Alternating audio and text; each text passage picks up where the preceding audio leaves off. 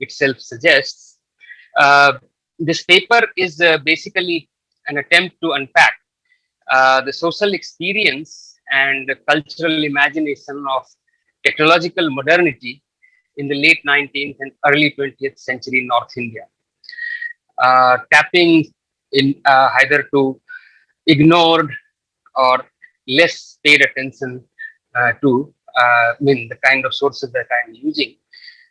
So I'm trying to tap the so far ignored literary visual archive, and then I'll try to foreground through this new kind of archive.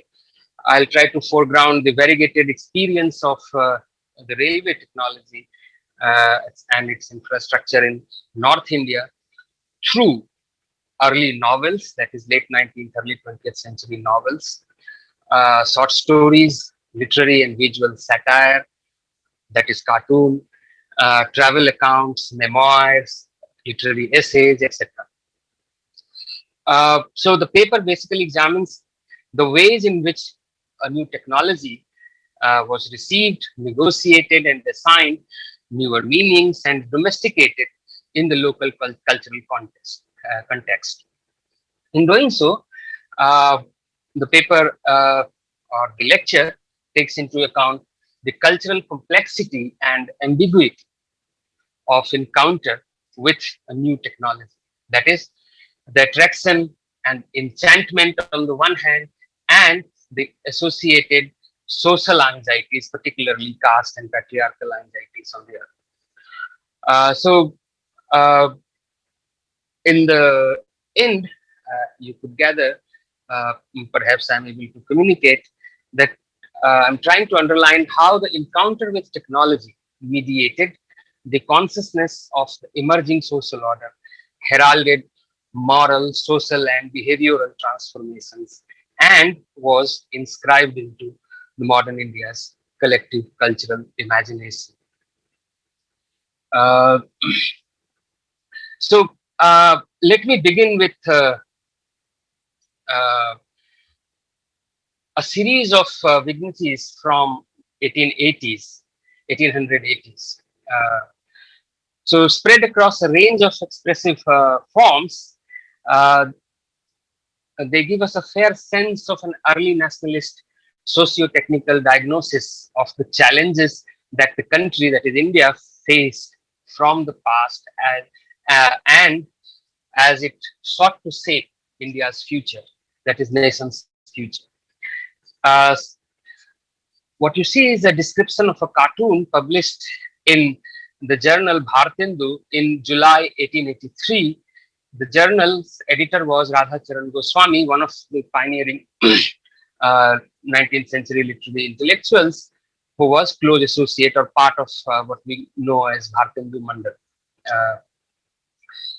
So the cartoon titled Unnati Ki Gari, the carriage of progress, depicted an Englishman holding a whip of Sasan and Anusasan, that is governance and discipline, driving the carriage of progress, the cart of progress. The cartoon showed three men, a Bengali followed by a Marathi and a Punjabi, pushing the cart forward, and left behind, far behind actually, was a Hindustani man ensnared, trapped in the chains of avidya and alasya, ignorance and inertia.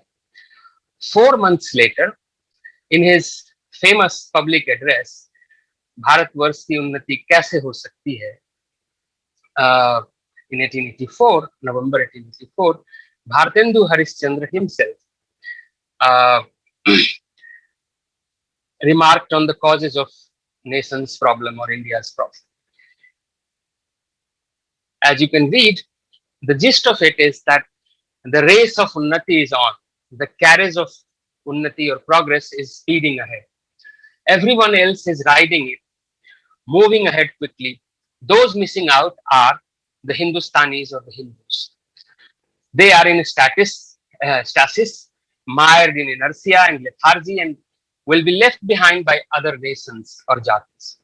For unlike the other communities, the vanguards of Hindustanis or Indian people are mired in a culture of ignorance, self indulgence, or perhaps, if they are at all into action, it is marked by inefficiency and immobility. As the phrase digging the soil with horse nail, खड़े खड़े घोड़े के नाल से top से मिट्टी खोदते. So so much have they privileged, the Indians have privileged the ethics of inaction, that this is even cherished and immortalized retrospectively by the poets of this land. दास मनुका कह गए सबके दाता, अजगर करे ने चाकरी पंछी करे. So uh, as the next quote suggests, India's stasis is based on the absence of a railway engine. uh, Hindustan के लोग तो रेलगाड़ी हैं, इन्हें चलाने वाला कोई नहीं, etc. etc. So we may ask what here the engine stands for and who controls and drives the speed carriage. Perhaps the implication here is that the British man and the colonial ruler has this power, and that the Hindustani middle class, the putative vanguard, is at best a support caste or at worst absent in this narrative. However, what is striking in such imagery is the centrality of technology of speed and movement, or alternatively, its lack. The next excerpt from an essay published 8 years earlier than this lecture offers a further clarification on this point. In Harishchandra Chandrika, that is the magazine which was edited by Harishchandra himself, in the year 1875, the future Hindi novelist, whose novel we know as is regarded as the first or one of the first Hindi novels of our modern times. So, Lala Srinivas Das, this is how he lamented. So, the gist is that apart from lamenting the general Indian lethargy and inaction, Srinivas Das was surprised at the educated Indians' disinterest in the much needed expertise, knowledge, and skills of running modern machines, Kalo ka kaam, which he argued was the fulcrum of India's future prosperity. Das's preoccupation with scientific knowledge and technological skills apparently left its imprint on his novel, the novel that I talked about or referred to, Pariksha Guru, the social novel which was published 6 years later, which was about the modernity of Delhi's merchant milieu.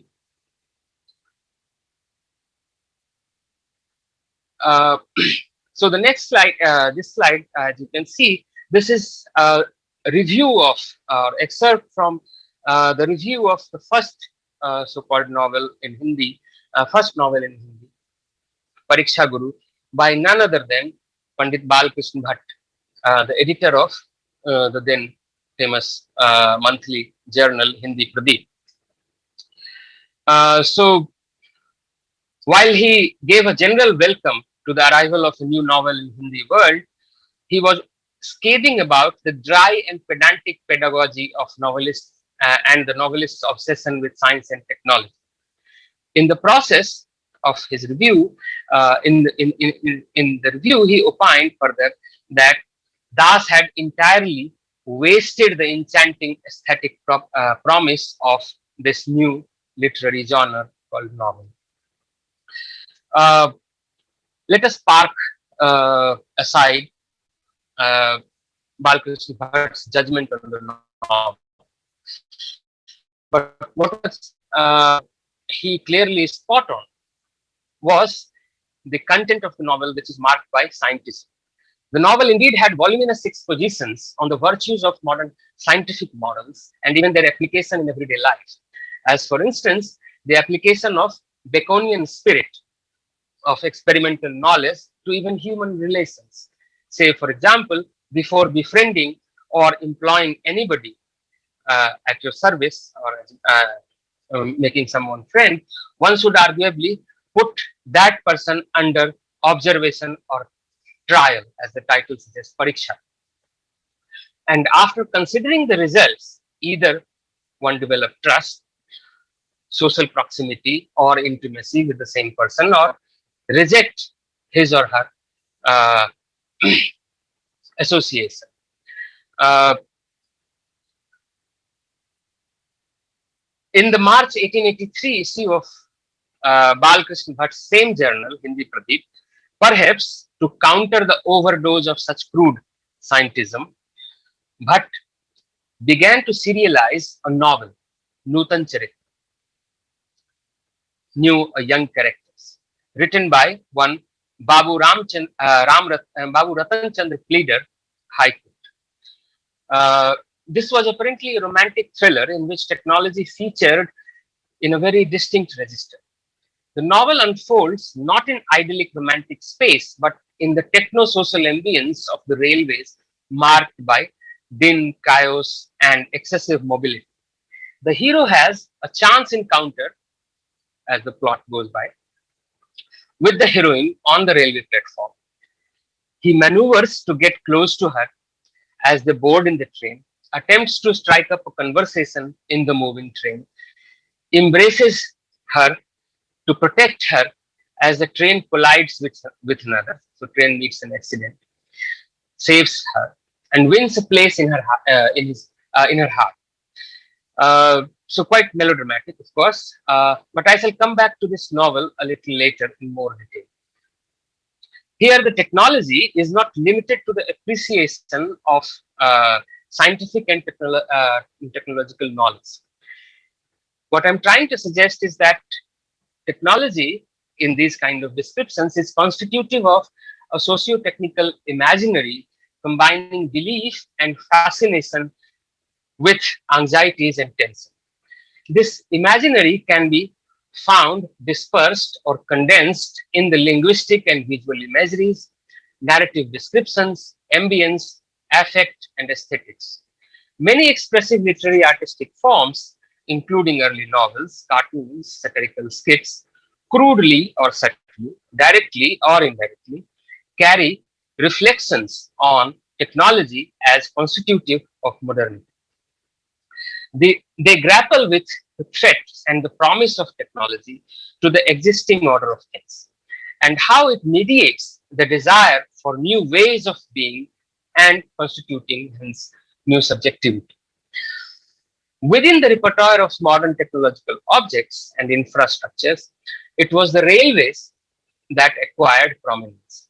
Massive expansion of railway infrastructure within 2 or 3 decades, that is between 1840s and 70s, visibly and radically had flattened the geography, altered and reconstituted sensory perceptions and sensibility, captured the imagination of people in general as the overarching symbol of modernity, as the bearer of speed, mobility, and progress. For it was the most ubiquitously visible giant technology of speed mobility encountered actually or potentially by one and all. Some could frequently or occasionally take longer journeys beyond their immediate localities for necessities of livelihood or religious or social obligations.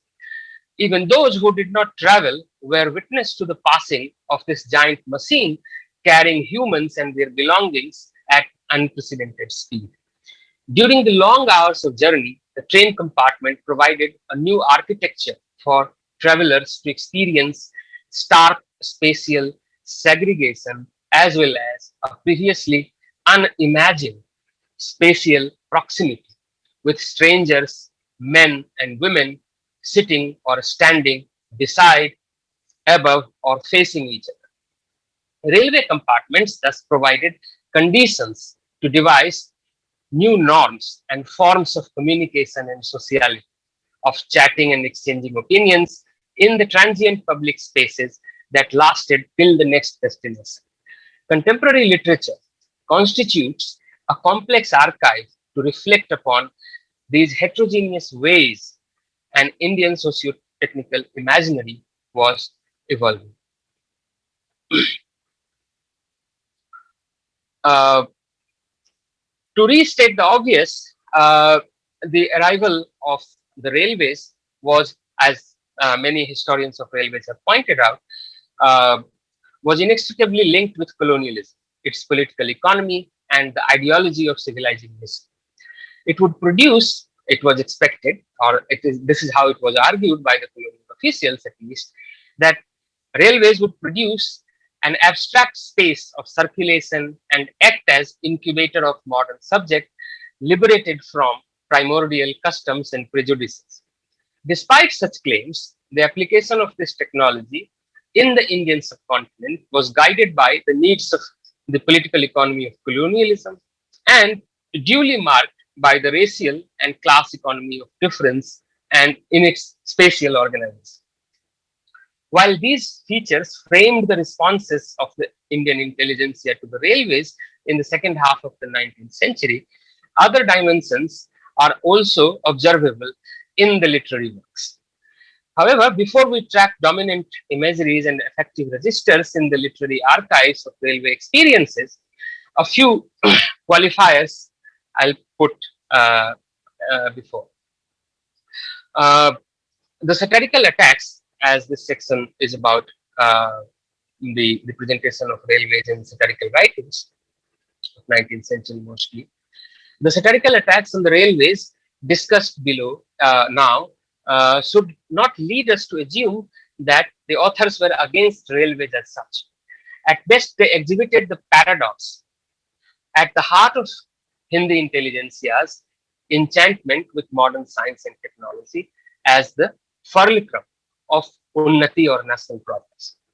Although mediated by colonialism, it was felt that modern technology was necessary. It could not be rejected, but it had to be tamed, domesticated, and refashioned in new ways. To capture this ambivalence, let me begin with a piece of railway satire, namely Rail Stotra, written by, once again, Radhacharan Goswami and published in the same journal, Bhartendu, where the cartoon was published that I cited in the beginning. So, Goswami states that the stotra, it's a kind of Sanskrit form of arti. We know. Goswami says, the author of that is the satirist says that the stotra's pedagogic purpose is to publicize as well as reform the ailing characteristics of its subject matter in an entertaining way. Through the obliqueness of its satirical technique, Railway Stotra performs a function beyond those of criticism and mockery. A stotra, among many other things, as we know, describes the essential attributes of the object of worship. तो अगर भगवान की पूजा करते हैं तो भगवान के क्या क्या एट्रीब्यूट्स हैं, उनका बहुत डिटेल डिस्क्रिप्शन होता है कि भगवान आप ऐसे हैं, आपकी भुजाएं ऐसी है, आपके ग्रीवा ऐसे हैं, वगैरह वगैरह, आप इतने सुंदर हैं, आप में आपका ये गुण है, ये प्रताप है, etc. So, in the course of its narrative movement, each and every attribute of the worship object is detailed, enabling its familiarization for the reader. Railway Stotra also conveys the essential qualities and functions of railways in India. Along with offering criticism of colonial technology, it performs a task of cultural translation that I had. The Stotra thus compares the alien or foreign modern technology, its power and magnitude, with the attributes of Hindu deities, and also describes the enchantment of Indians with railways just as with any other divine incarnation.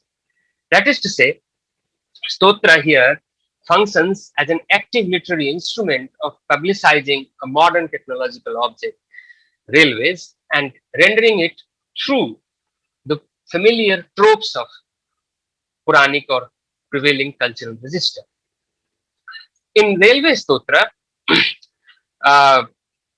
what we see is that railway was perceived as an unavoidable, quasi-divine, techno-industrial urban monster, which was an ambiguous gift of colonial rule to India. The unstoppable march of this modern technology of communication was represented as a threat not only to pre-modern technologies but also to the pre-existing political order, that is pre-colonial kingdoms, etc.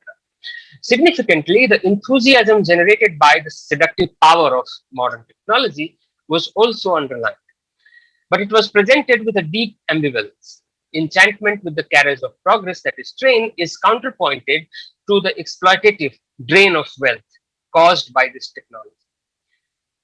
The descriptive access of panegyric hymn likens the expansiveness of the railway project and its megalomaniac drive to a mythological demon.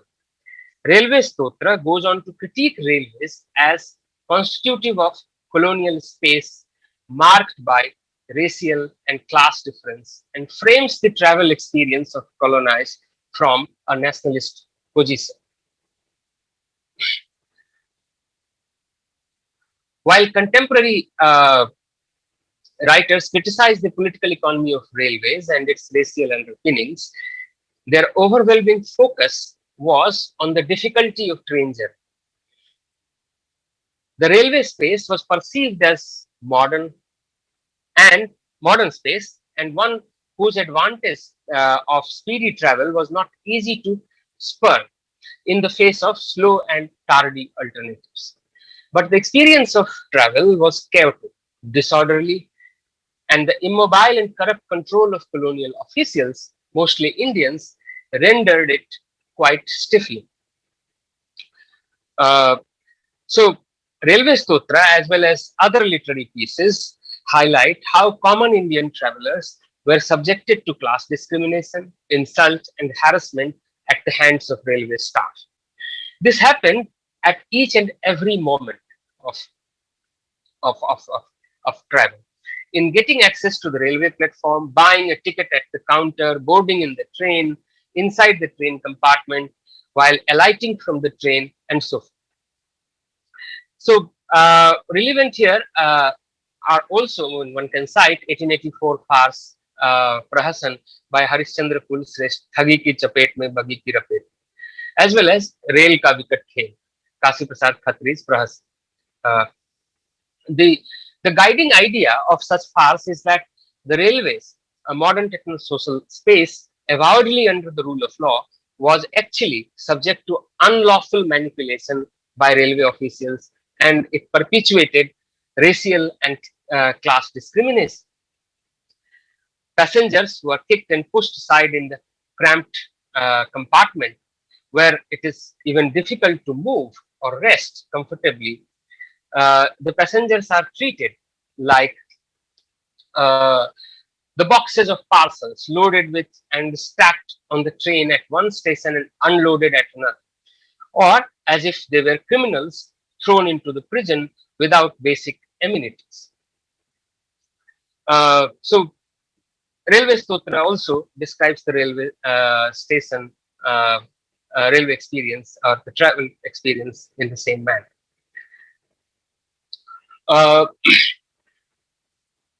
While we read such descriptions of railway experience, we often encounter interesting idioms like rail pale, rare, rela, etc.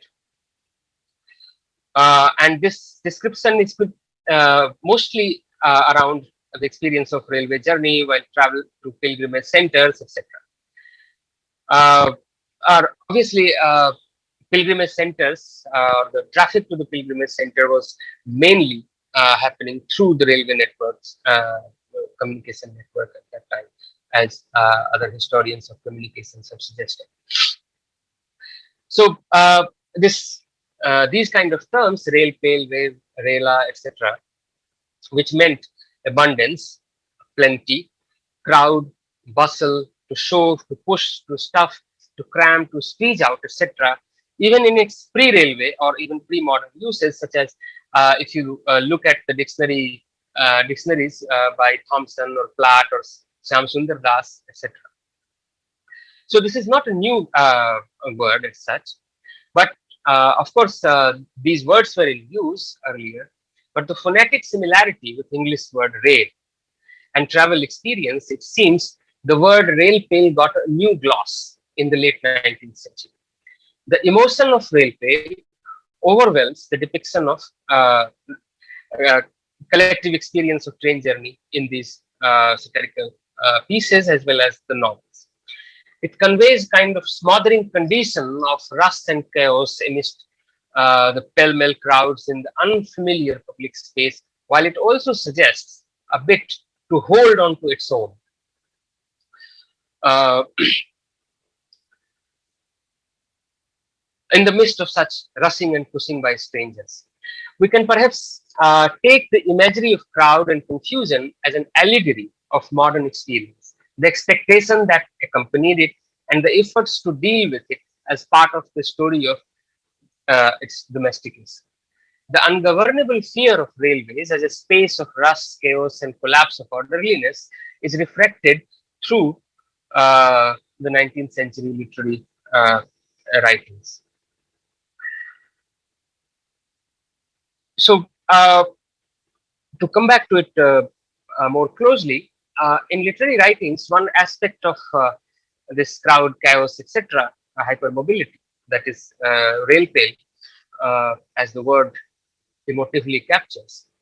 So lies the anxiety of dealing with the strangers in new and unfamiliar spaces governed by unknown temporal rhythms. In many instances, especially satires, the touch and the gaze of stranger in rail travel conjures the fear of compromising the purity of one's food and caste and parda of women, of their own women, travelers accompanying them. Perception of railways as leveler perhaps relates also to its design, that unlike roadways which followed the natural topography, the railways literally flattened unlevel surfaces, broke and tunneled into the mountains, and bridged the uh, divides of streams. Fear of railways as the breaker of caste practices is adequately documented in the autobiographical writings of the time too. Say, for example, when Damodar Sastri, who was born in 1848, took his first journey from Karad in Satara, Maharashtra, to Kashi, Banaras, along with his father, who was a noted Vedic scholar. This journey he took on around 1864. Both father and the son preferred a bullock cart rather than train travel. This was father's final journey to spend his last days in Banaras. मरने के लिए बनारस जाने की बात है. And he was afraid that railway travel would pollute his food and caste purity. So it is not coincidental that along with these satirical pieces on railways as a space of racial and class discrimination, there was a simultaneous advocacy for the reconstitution of the social markers of hierarchy and difference that were arguably threatened by the leveling impetus of the railways. Railways spaces which were oblivious of caste differences were at times compared with the non-discriminatory uh, space of a brothel or socially open religious cult. Satirical disgust at the erasure of caste markers, etc., is often spelt out in no uncertain terms, not only against the Muslims and Christians in these writings, but also against the lower caste Hindus. You can read. Coming back to where I left, in fact, we got disconnected, is that you have one side of the story that we can capture through the satirical writings, which betrays a kind of upper caste male anxieties regarding caste and food habit, commensality, and so forth. The other side is about the unforeseen possibilities that this new modern infrastructure of railways opened up. So the railway journey was also reconfigured as the space of romantic encounters, love and chivalry, even of socio-sexual transgressions. Let me take the case of 1882 romantic thriller that we talked about in the beginning, Nutan Charitra, the novel. It is one of the earliest Hindi novels to overtly declare its subject to be new, young, as the title suggests, modern men and women. Its principal protagonists, Vivek Ram and Chitrakala, have a chance encounter at Harthala railway station near Moradabad and develop a feeling of romantic love in the course of train journey.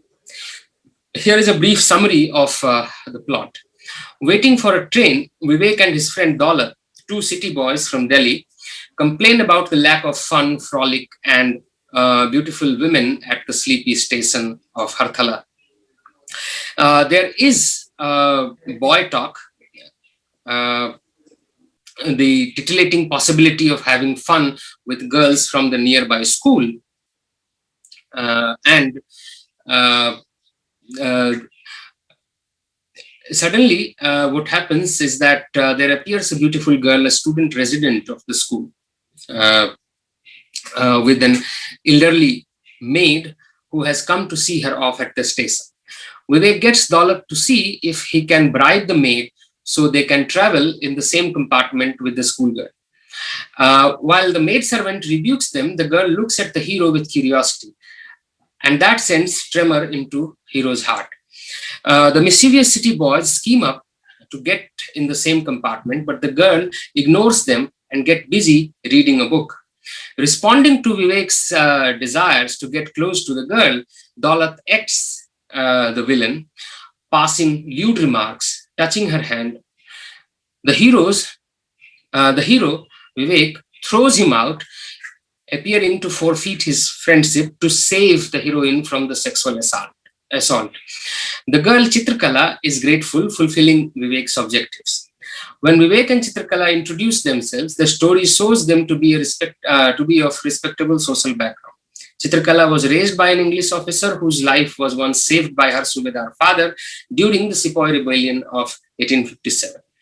Vivek is the son of a rich merchant whose forefathers were treasurers of the Mughal emperors in Delhi. Suddenly, Vivek, realizing that the train is about to collide with another train, impetuously grabs Chitrakala in her arms and confesses to have a romantic feeling towards her. At the very next moment, the train meets an accident. Confused and shocked, Chitrakala realizes that she is lying beneath the warm body of this stranger man, and also that she has been saved from a life-threatening injury by the same man, Vivek, who is now injured and lying unconscious. Vivek is rescued by the railway doctor and his friend Daulat and admitted to the hospital, while Chitrakala departs by the very next train to Delhi. Before leaving, she expresses her romantic feeling, but laments that the urgent personal reason prevents her from staying to look after the injured hero. In contrast to the train travel, eliciting fear of crowd and chaos, and of course, patriarchal and caste anxieties, in this instance, it is recast as the site of romantic possibility, sexual desire, and social transgression, something which was discursively impossible in any other setting or space in the 1880s. The hero also bears early sign of new masculinity, one which accesses modern speed technology, but also contains the threat or the ever-present danger of the accident that the machine has, while also extending male protection to women in the less controllable space of railway carriage. Although in this case, it is a staged performance. So here is a domestication, or say patriarchal domestication of unfamiliar modern railways and its techno-social infrastructure that we see in the instance of this novel and its plot. So there is a conscious literary political move to symbolically transform the strange, racially and socially fraught space of the train journey. It is appropriated and transformed through romance and sexual intimacy, as well as through new masculine intervention into an orderly, habitable, enclosed private space. While this is achieved through a modern character whose masculinity has acquired new attributes, that is, a man, a hero who can bring order, a man who can avert tragedy, accident, a man who can save women, control the techno-social chaos, and make the space women-friendly, almost like home, and so forth. Another variant of this kind of representation or quest is the ideal Hindu, straightforwardly reflected in the title of the second novel, Lajaram Mehta's Others Hindu. To speak about the author, Lajaram Mehta was co-editor of Bombay's Sri Venkateswar Samachar and was a Sanatani Brahmin, championed cow protection, supported child marriage, defended Varnashram Dharma, and depreciated British rule for ending the Muslim tyranny. Published jointly by Kasi Nagari Pracharani Sabha and Indian Press Allahabad in 1914, the novel aims to portray the everyday life and action of an ordinary Brahmin man who is meant to embody, perhaps inherent to his descriptive identity, that is being a Brahmin, all the virtues of an ideal modern Hindu man. For example, he is MA in English literature, manager in a court of ward of a zamindari, a devout Gosevak, upholder of Varna system, believer in daily ritualistic purity and idol worship, anti-Muslim and pro-government in his political orientation. He is also a loving husband and an educated and virtuous wife. He has an educated wife who is suspicious of every unknown man's gaze and physical proximity. So this others Hindu man is who goes also goes on honeymoon with his wife and takes his parents on pilgrimage and so forth. Har tarah se others. The novel moves across North India through the new grid of railway lines linking Hindu pilgrimage centers such as Prayag, Gaya, Kasi, and so many. And the author frequently expounds on the ways and virtues of being a good Hindu, greatness of Hindi, and his perspective on society and the world at large. So, however, I won't go into the details of the novel, only restrict to the plot or the part which details the experience of railways. When you read the novel, what we realize is that as the scene shifts to the premise of the railway station, the continuing rhythm of life or the narrative in the novel, it appears, is suddenly disrupted. A sense of dislocation and disorientation takes precedence due to railway, dhakka-mukki and so forth, excessive mobility, etc. This creates the space for an ideal Hindu to take charge of the situation by his actions and by engaging others in conversation. Unlike the purity conscious Brahmin of the 19th century's autobiographical and satirical narratives, this ideal Hindu man of this novel, who is named Pandit Priyanath, is not only at ease in the crowded space of railways, but actively participates in reforming the chaotic space by his exemplary behavior and action. He does not disapprove of those who eat and drink at stations, do not carry their own food and lotadori, but he himself privately maintains caste protocols by and its taboos. He and his family carry their own lotadori. They do not eat during the journey. After alighting from the train, they do not eat before bathing and so forth. In one episode, Priyanath, the hero, witnesses the mayhem from the rush for water and food at the railway station, where management has effectively collapsed. Station employees are on strike. The train is delayed. And so forth. He challenges the unruly crowd, quibbling over water at a nearby well, by taking out a blazing sword, God knows from where, that is not explained in the novel. In the absence of the authority or railway authority as such, in this case, this modern Hindu man rises to the occasion, commands like a Kshatriya, renders the chaos governable, and so forth.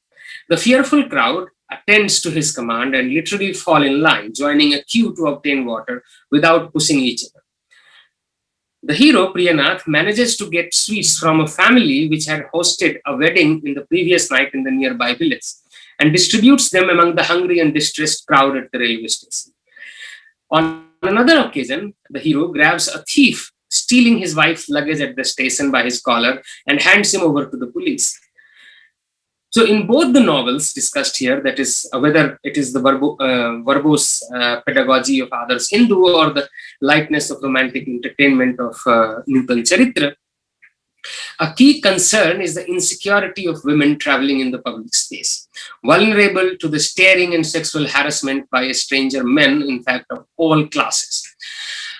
Trawling the literary archive of material and archive for material on railway experience, we also come across an attempt to render the railway space as one of gossip and fun, not only for men, but also for women. And of course, this comes through one of the early female short story writers in Hindi, the alternative account of the railway experience as fun for women. Here, it is instructive to consider Rajendra Bala Ghosh, or pen name Bang Mahila, the first woman writer in Hindi. In her 1906 story, Dulai Wali, one of the earliest short stories in Hindi, we find basically the story offers a counterpoint to the examples that we have cited. It makes fun of a modern gentleman for his exhibition of paternalist concern towards a respectable women co-traveler who is sitting veiled next to him in the train compartment. As the story unfolds, it turns out that the veiled woman has been duping this gentleman throughout the journey. Her husband, who happens to be the young gentleman's friend, is hiding on the upper berth. The spouse had concocted this plan to tease, unsettle, and make fun of this otherwise nice soul. The story sends up the paternalist assumption and anxieties of the respectable male confronted with unchaperoned women traveler, ridiculing these attitudes in no uncertain terms. Now we come to the next section. So, in the light of the substantial recorded case of sexual harassment and social discomfort faced by increasing number of middle-class women travelers, we begin to notice appeals urging to reform the behavior of Indian men in public spaces. In many instances, railway stations and train compartment became the particular focus of this reformist attention. And this is observable even while the rail pale or mismanagement by the government and the railway authorities and the mistreatment of women as well as general passengers by the railway officials and police continue to dominate public concern and debate. For instance, look at this cartoon. Hindustani Railgari Ka Tisra Darja, third class of Indian Railways, depicts the general hardship of traveling with women and also inconvenience faced by them. It shows that a railway guard is kicking the Indian passengers inside the not so crowded third class train compartment. While men are managing to get inside the train, women has fallen down on the platform as a result of the stampede, or she is about to fall down. Hence, the insecure space of the railways is depicted as the hostile to quote-unquote delicate and weak women, where they are even prone to physical accident and danger apart from the moral humiliation and harassment. We may observe something else about this image, what is otherwise not easy to capture through the literary sources. This is that, say, white colonialist-looking man, the railway guard, inadvertently brings the disparate Indian men and women bodies into huddled proximity or forced intimacy with each other. The cartoon visually amplifies not only the 19th century literary depiction, but also persistent in the 20th century, the trope of mistreatment of forced intimacy of third-class passengers. And it now also acquires a nationalist clause, a heterogeneous crowd united by a shared experience of railway travel, of course, in terms of forced gathering here, that colonial push is enabling them, the imagination of a national collective. The nationalist imperative, especially after 1920, connected with another key dimension which we have been concerned with. And this is the gender dimension of public space, in which the railway had a significant function. A vigorous nationalist advocacy for women's education and end of Parda, especially after the beginning of Gandhian mass movement, this can be located. The threatening dimension of public space were also now part of the reformist target. Not only relation to the colonial official and the charlatans, but Indian men of all classes were presented as potential predators in need of reform. We observe a new focus that held steering Indian men responsible for making the public or railway space inhospitable, especially for these new women who have discarded parda, in the background of the nationalist call to educate and reform women and participate in the national movement as such. So in this focus, the railway space are not severely cramped carriages, but the comfortable and congenial second or first class compartments. This shift relates to the post-Parda women, takes place especially from the 1920s onwards. Let me illustrate this with these two, with some more examples.